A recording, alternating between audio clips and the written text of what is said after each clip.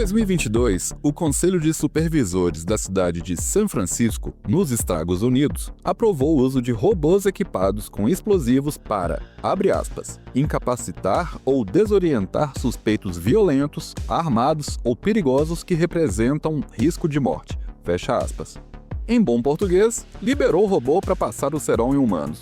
Essa resolução surgiu 6 anos depois que uma engenhoca antibomba foi utilizada pela SWAT para entregar um explosivo ao lado de um sniper, fazendo picadinho do sujeito durante uma operação em Dallas, no Texas. E por incrível que pareça, não foi a polícia a primeira a encontrar um jeito de matar gente com armas mais modernas. As empresas fizeram isso bem antes. Em 1979, Robert Williams, trabalhador de uma fábrica da Ford em Michigan, perdeu a vida para um braço automático instalado na linha de produção. Com esses e tantos outros exemplos no mundo real, não é de se admirar que a cultura pop tenha criado, ao longo de décadas, tantos robôs vilões, indo desde os esqueletões de aço da franquia O Exterminador do Futuro, até aqueles da censurada capa de péssimo gosto de Appetite for Destruction, primeiro disco do Guns N' Roses. Inclusive, já que eu mesmo puxei o assunto, deixa eu abrir um parêntese aqui sobre o Guns. A primeira coisa é que essa ilustração da capa foi feita por um artista independente da Califórnia chamado Robert Williams. William era da galera dos punk e criou a arte anos antes de Axl sonhar em ter a banda. A propósito, o nome dessa ilustração é Appetite for Destruction, ou seja, foi o desenho que deu nome ao disco, e não o contrário. A segunda coisa é que tudo o que eu teria a dizer sobre o Guns, o lindo do Kurt Cobain disse em uma entrevista lá atrás, ainda nos anos 90. Segundo o vocalista do Nirvana, Axl é um sexista, um racista e um homofóbico, e você não pode estar do lado dele e estar do nosso lado. Lamento ter que dividir isso assim, mas é algo que não dá pra ignorar. Além do fato deles não conseguirem escrever músicas boas. Agora, voltando aos robôs. Com tudo isso em mente, não é de se estranhar que tanta gente levante algumas questões como: a ficção científica não exagerou um pouco, não? Todo robô é realmente malvado? E a principal, será que precisamos ter medo de robôs? Bem, para tentar responder qualquer uma dessas questões, é necessário ir por partes.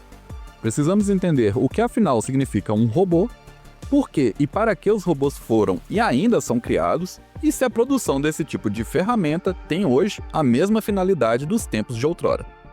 Aí, se essa é a sua primeira vez por essas bandas de cá, deixa eu me apresentar. Eu me chamo Kelson Douglas, sou pesquisador de cultura digital, produtor e host aqui do Fase 2, um podcast narrativo, agora também em vídeo, que fala sobre tecnologia, inovação, cultura pop e sociedade. Aproveite essa pequena pausa e assine o canal. Tem 2 temporadas com mais de 15 episódios aí pra trás. Assim que terminar esse vídeo, aproveite para conferir o que já rolou antes. Bem, para começar, bora para a etimologia da palavra robô. Robô vem do tcheco robota, que significa trabalho forçado, um termo originado do eslavo arcaico rabu, se é que meu eslavo arcaico tá em dia, que significa escravo. A primeira vez que este termo foi utilizado no contexto que temos até hoje foi na peça RUR, sigla em inglês para Rossum's Universal Robots, realizada na cidade de Praga, em 1921. O autor da peça, Karel Čapek, foi um jornalista, filósofo e escritor tcheco que, dispensado de combater na Primeira Guerra Mundial, pôde acompanhar com um olhar de fora todo o horror produzido por armas mecânicas durante as batalhas, transformando sua visão dos combates em base para o roteiro de RUR. Na peça, um cientista chamado Rossum descobre como criar máquinas semelhantes a seres humanos, algo próximo do que hoje chamaríamos de androids. E aí é claro que o tal cientista não se contenta em fazer só uma unidade de robô e logo parte para produzir a máquina em escala industrial. Mais pra frente, outro cientista aparece na história e torna os robôs mais humanos, adicionando características nossas, como a capacidade de sentir dor, por exemplo. Os robôs então substituem os seres humanos como trabalhadores em todas as áreas da indústria, incluindo o segmento militar e, spoiler, acabam dominando a humanidade. Se você está só ouvindo o programa, pense na cara do Pikachu surpresa. O professor John Jordan, que escreveu um bom trabalho sobre filosofia e robótica para o MIT, resgatou uma entrevista do Karel Čapek, onde o tcheco dizia que o inventor Rossum, protagonista de RUR, seria um representante típico do materialismo científico do último século, alguém mais preocupado em fabricar algo do que em provar uma tese. Como diria Léo Jaime... Bem, o fato é que, verdade seja dita, essa peça tcheca não foi a primeira obra a imaginar e apresentar ideias de autômatos ou robôs. existiram outros clássicos antes. Entre 350 e 400 anos antes de Cristo, o matemático grego Arctas criou o primeiro autômato-drone da história, o pombo, uma ave de madeira que, quando era preenchida por um mecanismo a vapor, voava automaticamente por cerca de 200 metros. No final do século XV, Leonardo da Vinci projetou o cavaleiro mecânico, um tipo de autômato medieval. Em 1818, Mary Shelley lançou Frankenstein, o Prometeu moderno, livro considerado o primeiro de ficção científica da história. Uma obra que, se por um lado não apresentou a ideia de robô como entendemos hoje, por outro falava sobre a criação de uma vida artificial. E até nos primeiros filmes, ainda no cinema mudo, já existiam exemplos de histórias com robôs, mesmo antes do termo ser criado, como é o caso de O Motorista Automático, de 1911. Voltando a Rossum's Universal Robots, apesar de não ser 100% inovadora ao apresentar novas tecnologias, a peça trouxe uma novidade, além da palavra que definiu os autômatos: a ideia de que os robôs poderiam colaborar com a nossa extinção, a ideia da desumanização através da elevação dos não-humanos, um sentimento que refletia exatamente o espírito daquele tempo, como sempre acontece. Mas deixa eu costurar as coisas agora com o contexto de quando certas histórias com personagens autômatos foram criadas. Os primeiros textos com robôs e androides, tanto para a literatura quanto para o cinema, surgiram na metade da Segunda Revolução Industrial. Naquela altura, os trabalhadores perceberam que as máquinas a vapor ou elétricas, quando aplicadas à indústria, serviam para automatizar a produção e dizimar postos de trabalho em prol da acumulação primitiva de capital. Esse zeitgeist era traduzido nas artes, e assim, os primeiros robôs apareciam, muitas das vezes, como autômatos que substituiriam os humanos como força de trabalho. Em um segundo momento, durante e pouco depois da Segunda Guerra Mundial, temos os militares investindo pesado em novas tecnologias.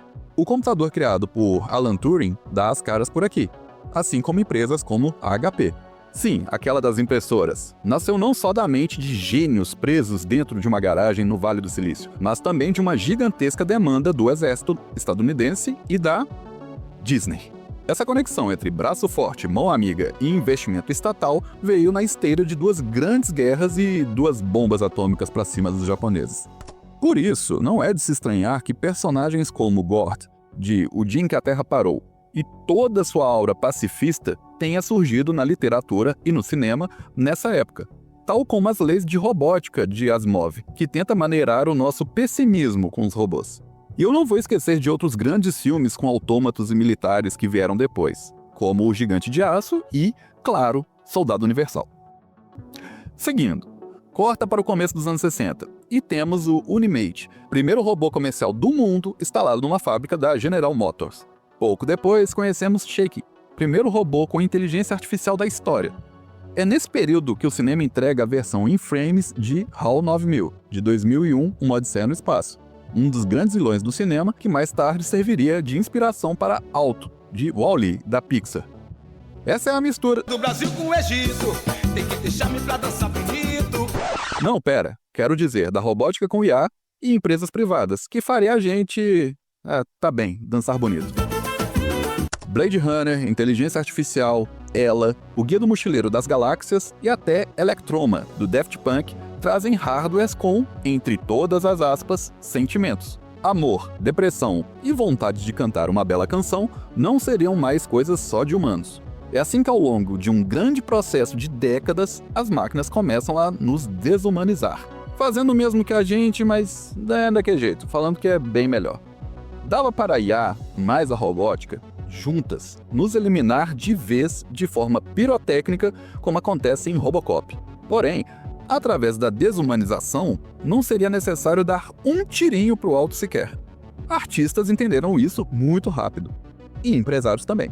Are you committed to self-driving cars as being a part of Uber, or is there a part of you that thinks, you know what, maybe this part of the business we can leave to somebody else? No, we're absolutely committed to self-driving cars. This is an important technology. Ultimately, self-driving cars will be safer than humans. But right now, self-driving cars are learning. They're student drivers. You need a safety driver with a student driver. When that student driver graduates, it will be safer than humans. O sonho com alta umidade de todo CEO é não precisar de humanos em sua folha de pagamentos. E tá aí os caras da Uber que não me deixam mentir. Mas esse processo não era tão simples até outro dia.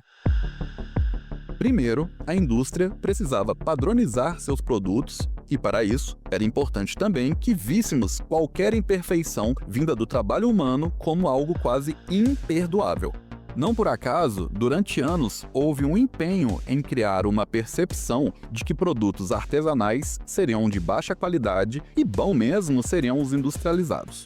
Ao mesmo tempo, também seria preciso padronizar o processo de produção. Todo mundo deveria fazer a mesma coisa, igualzinho, inclusive com as mesmas roupas e características. A alienação do trabalho chega torando por aqui. A terceira parte do processo envolve a pesquisa e desenvolvimento de tecnologias que conseguissem replicar o processo, então padronizado, de produção humana. Quando o mundo era mais analógico, essas 3 etapas levavam anos, décadas, séculos para acontecer. Hoje, em uma realidade híbrida, em que uma fatia considerável das pessoas dependem tanto dos softwares quanto dos palpáveis hardwares, a coisa muda de figura. Jornalistas e redatores que se adaptaram para escrever para um intangível, para a web, veem seu trabalho ser dizimado pelas IAs, de maneira bem acelerada, assim como designers, programadores, ilustradores, desenvolvedores de game e até músicos. Quanto mais precarizado e mediado por softwares for o seu trabalho, mais fácil é te substituir por uma automação. Essa é a lógica. E mesmo que ainda não tenham conseguido fazer o mesmo com, caixas de lojas, diaristas, atendentes e motoristas, pode ter certeza que estão trabalhando pesado para que todo tipo de trabalho seja desumanizado o mais rápido possível.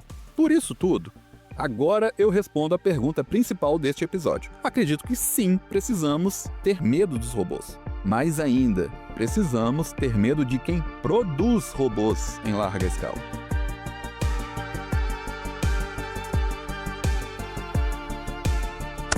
Acho que deu uma pesada na vibe do programa. Mas espera aí que antes de virar a chavinha para algo mais otimista, deixa eu colocar um meme para dar uma aliviada no clima. ¿Qué pasa en su corral? Zapatero, ¿qué opina usted del gobierno de Zapatero? Pues igual que yo. ¿Y qué opina usted? ¿Qué opina usted del gobierno canario? ¿Y de los ayuntamientos de la isla? Aí, pronto.